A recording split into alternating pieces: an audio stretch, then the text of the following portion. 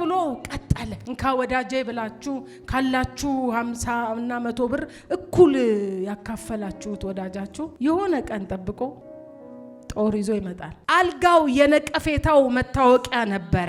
አልጋው የበሽተኛነቱ መታወቂያ ነበረ። ሶስቱ የወንጌላት ክፍል የኢየሱስን ታሪኩን ነው የሚዘግቡት። ዮሐንስ ግን ራሱን ኢየሱስን ነው የሚዘግበውና ደስ ይለኛል። ኢየሱስ የእግዚአብሔር ልጅነቱን አምላክነቱን ጎላ የሚያረጉ ኢቭንም የእሱ ያስቀመጣቸው በዮሐንስ ወንጌል ምዕራፍ ላይ 7 ታላላቅ ኢየሱስ ያደረጋቸው ተአምራት ጽፏል።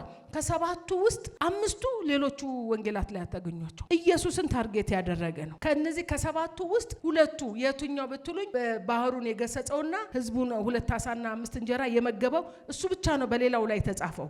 ሌሎቹ አልተጻፉ። ካልተጻፉቱ ዛሬ አንዱን እናያለን። እሱም የሚገኘው ዮሐንስ ወንጌል ምዕራፍ 5። ከዚህም በኋላ የአይሁድ ባህል ነበረ።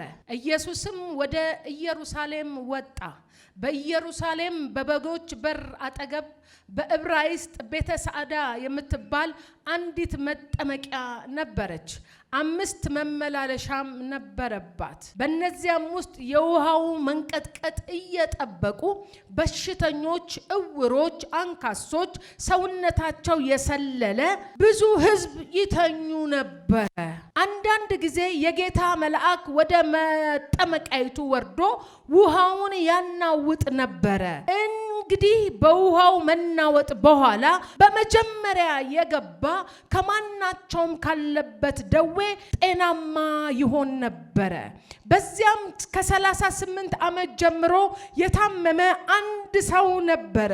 ኢየሱስም ይህንን ሰው ተኝቶ ባየ ጊዜ እስከ አሁን ብዙ ዘመን እንዲሁ እንደነበረ አውቆ ልትድን ትወዳለህን? ሰውየውም ጌታ ሆይ ውሃው በተናወጠ ጊዜ በመጥምቂያይቱ ውስጥ የሚያኖረኝ ሰው የለኝም፣ ነገር ግን እኔ ስመጣ ሳለው ሌላው ቀድሞኝ ይወርዳል ብሎ መለሰለት። ኢየሱስም ተነሳና አልጋህን ተሸክመ ሂድ አለው። ወዲያውም ሰውየው ዳነ፣ አልጋውንም ተሸክሞ ሄደ። አልጋው መታወቂያው ነበረ። አልጋው የነቀፌታው መታወቂያ ነበረ። አልጋው የደካማነቱ መታወቂያ ነበረ። አልጋው የበሽተኛነቱ መታወቂያ ነበረ። አልጋው የትም የማይሄድ መሆኑን መታወቂያው ነበረ።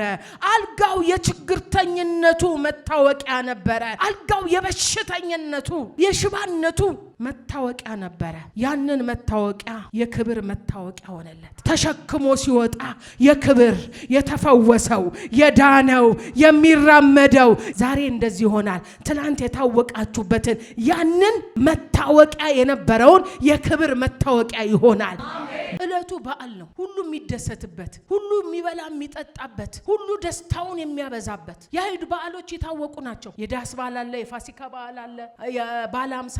ይሄ ግን ስም የለውም። ስም የሌለው ሃይማኖት የፈጠረው በዓል ነው። ኢየሱስ ግን ወደ ኢየሩሳሌም ሄደ። ብዙዎች ወደሚጋጋበት ኢየሱስ የኛ ኢየሱስ አልፎ የሚመጣ ባህል ነው። ሁሉ ዝንጥ ብሎ ሁሉ በልቶ ጠጥቶ ሁሉ ሊታደም የአይሁድ ባህል ደግሞ ህዝባዊ ባህል ስለሚሆኑ የሚሰበሰቡበት አላቸው። ሁሉ ወደሚሰበሰብበት ኢየሱስ ራሱን ሄዶ የሆነ ነገር ተአምር ሰርቶ ብዙዎች ወደሚያዩበት ብዙዎች ወደሚያውቁበት አልሄደም። አንድ ሰው የለኝም ወደሚል የዚህ ባህል ደስታ የማይገባው 38 ዓመት ያ ባህል ሲከበር ያለፈው የተረሳ ያለበት ቦታ የት ነው ብትሉ የምህረት ቤት ቤተ ሳይዳ ማለት የምህረት ቤት ባህል ሆኖ ኢየሱስ ወደ ኢየሩሳሌም ወደ ባህሉ አይደለም፣ ወደ ድምቀቱ አይደለም፣ ወደ ብዙ ደስታና የእልልታ ድምጽ ወደሚሰማበት ሳይሆን አንድ ወደሚል በቃ ከነዚሁ ህመሜ ከነዚሁ በሽታዬ ህይወቴ ሊጠናቀቅ ነው ብሎ የውስጥ ጩኸቱ ለገነነ የመዳን ተስፋ ያጣ አንድ ምስኪን በዛ የሱ ድምጽ ተሰማው።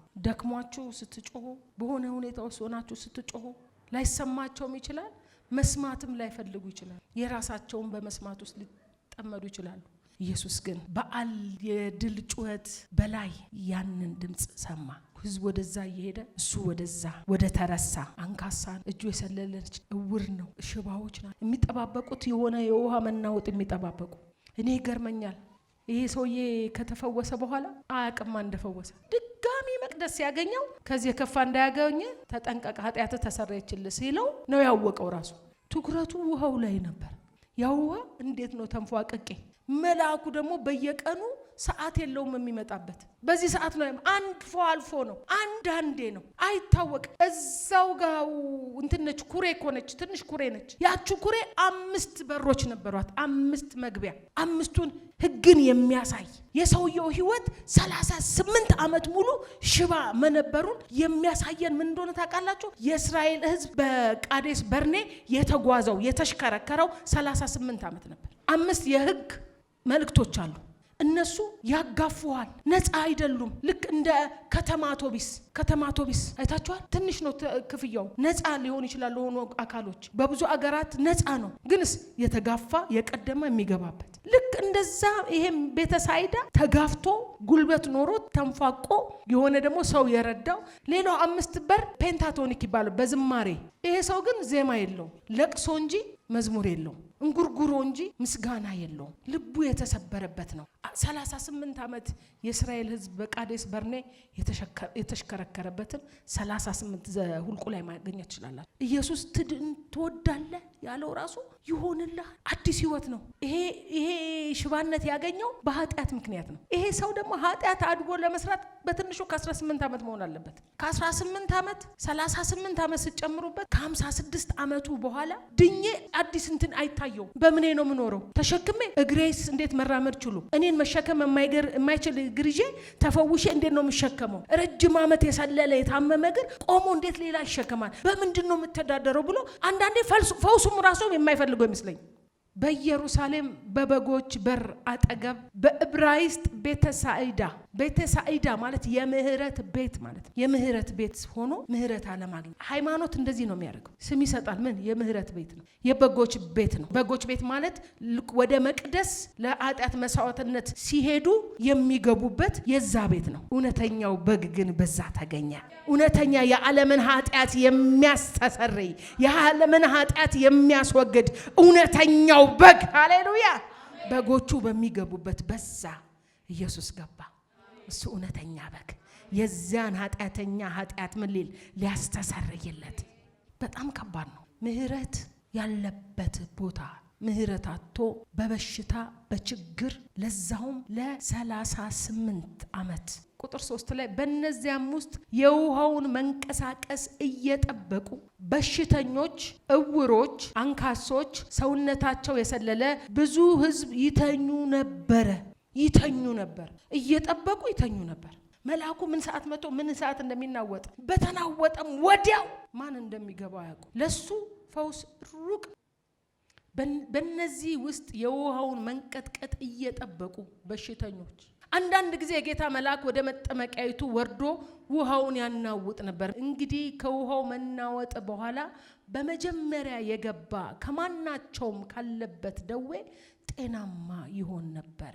በዚያም ከ38 ይሄ በመጽሐፍ ቅዱሳዊ ከ38 ዓመት ጀምሮ ከ38ቱ ዓመቱ ጀምሮ አይደለም ለ38 ነው። ከ38 ዓመት ጀምሮ የታመመ አንድ ሰው ነበረ። ኢየሱስን ይህን ሰው ተኝቶ ባየ ጊዜ እስካሁን ብዙ ዘመን እንዲሁ እንደነበረ አውቆ ልትድን ትወዳለህን? ሰውየውም ጌታ ሆይ ውሃው በተናወጠ ጊዜ በመጠመቂያይቱ ውስጥ የሚያኖረኝ ሰው የለኝም፣ ነገር ግን እኔ ስመጣ ሳለው ሌላው ቀድሞኝ ይወርዳል ብሎ መለሰለት። ሰው የለኝም የሚለው የሰው ልጆች ፈጣሪ አጠገቡ ቆሞ ስለ ሰው የለኝም ያወራዋል። እውነት ነው። በሌሎች ወንጌላት ላይ አንድ በሽተኛ ኢየሱስ ሲያስተምር ሰዎች ጓደኞቹ ይዘውት መጡ። ጣራ ነድለው አስገቡት ኢየሱስ ጋር። አዎ ያውቃለኝ ታሪክ። እኔ ግን ሰው የለኝም፣ እንኳን ጣራ ነድሎ እችን ሸርተት አድርጎ የሚያስገባኝ ሰው የለኝም። አንዳንድ ጊዜ ከብዙ ሰዎች ጋር ስለምናወራ አይደለም፣ ብዙ ሰዎች በዙሪያችን ስለሚያወሩን አይደለም፣ ስልካችን ያለማቋረጥ በየቀኑ 24 ሰዓት መደወል ጉዳይ አይደለም። በዛ ሁሉ ሰው ለኛ የሚሆን ለኛ የሚቆም ችግራችን ችግሩ የሚሆን የኛ ነገር ኮንሰርን የሚያደርገው ሰው የለም። ሰው የለን። ኢየሱስ ግን የኛ ሰዋችን ነው። በዛው ሰዓት የሚገኝ ሌላውን ግርግርና ጨዋታ አልፎ ሌላውን ምርጥ የተባለ ጉዳይ ትቶ የሚገኝ ሰው ነው። ዛሬ ኢየሱስ የለኝም ባላችሁት፣ ሰው ስለሌለኝ እኮ ነው ስራ ያልተቀጠርኩት። ሰው ስለሌለኝ ነው እኮ እዚህ ቦታ ያልገባሁት። ሰው ስለሌለኝ ነው ይሄ ነገር የተሰነካከለው። ሰው እኮ ስለሌለኝ ነው ይሄ ነገር ያልሆነልኝ በምትሉት በዛ ጉዳይ ኢየሱስ ይመጣላችኋል። ኢየሱስ ይመጣላችኋል። መጥቶ ይገላግለናል። ዳዊት አለኩ ከገበታዬ የበላ ተረገዙን አነሳብኛል። ከገበታችሁ የበላ ተረገዙን ያነሳል። እንካ ወዳጄ ብላችሁ ካላችሁ 50 እና 100 ብር እኩል ያካፈላችሁት ወዳጃችሁ የሆነ ቀን ጠብቆ ጦር ይዞ ይመጣል። ኢየሱስ ግን ጊቫፕ ባረጋችሁ ባላችሁ ሰዓት በሆነ ሰዓት አልፈለጋችሁኝም። ያኔኮ በሆነ ጊዜው ኢየሱስን አልፈለገም። ለዛ ኃጢያቱ ሲንቦጫረቅ ነበር። ያኔ በጉብዝና ወራት እኔን ሳትፈልግ እኔ ግን ይሄው አላለውም። ትወዳለህ? ዛሬ ጌታ የሰጠኝ መልእክት ነው። ገኛለሁ የረጅም ጊዜ ከመርዘሙ ጊዜውን ከመዘሙ የተነሳ እንደሆነ እንደ ባህሪያችሁ በቃ አብሯችሁ ሊኖር እንደተቆጠረ የተቀበላችሁት እሱን ነገር አንከባልላለሁ። የቆመ ሰዓት እቺ ሰከንድ የምትቆጥረው ወደዛ ነው ወደዚህ የቆመ ሰዓት እንደዚህ ነው። ባትሪው ደግሞ የቆመ ልክ ስታርምጡት ባትሪውን ስትቀይሉት ጣ ጣ ጣ ጣ ያለ አይደለም የሚቀጥለው። ልክ እንደዛ ተነስና አልጋህን ተሸክመ ሄድ ሲለው ቀጥ ብሎ ቀጠለ። ትላንት ሊራመድ እንደነበረ መራመዱን 38 ዓመት ሳይሆን ትላንትና እንዳቆመ ሰው ጀመረ። ኢየሱስ ይምጣ እንጂ ይሄ የምትጠብቁት ጌታ ይምጣላችሁ እንጂ እሱ ይምጣ እንጂ ትላንትና እንዳልነበረ ይቀጥላል።